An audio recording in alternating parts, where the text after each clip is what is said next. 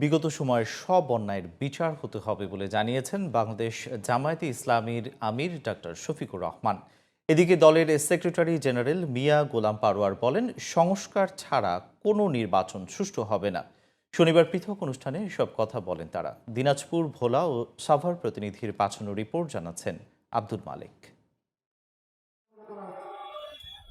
দিনাজপুরে গোরে শহীদ সেনাই ঈদগাহ মাঠে জামায়াত ইসলামের কর্মী সম্মেলনে যোগ দেন জামায়াত ইসলামীর আমির ডাক্তার শফিকুর রহমান। সে সময় তিনি বলেন, জুলাই আগস্ট অভ্যুত্থানের খুনিদের বিচার না হলে দেশ থেকে খুনের সংস্কৃতি বন্ধ হবে না।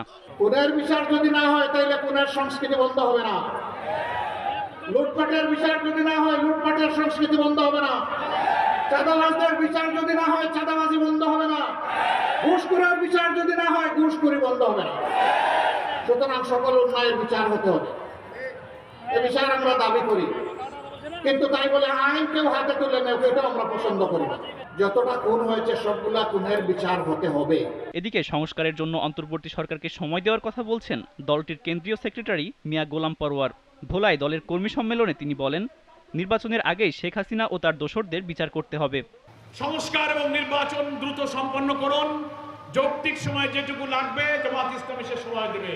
তবে এই নির্বাচনের আগে মানবতা বিরোধী অপরাধীদের বিচার কাজ করতে হবে, জনগণ এটা দেখতে চায়। এছাড়া সাভারের রেডিও কলোনি মাঠে ঢাকা জেলার বিভিন্ন ইউনিটের আমির ও সেক্রেটারিদের সম্মেলনে যোগ দেন সহকারী সেক্রেটারি জেনারেল মাওলানা রফিকুল ইসলাম খান। সে সময় তিনি অভিযোগ করেন, অন্তর্বর্তী সরকার গোজামিলের ভোটার তালিকা প্রণয়ন করছে। 2 কোটি ভুয়া ভোটার তালিকা করা হয়েছে আওয়ামী লীগের আমলে।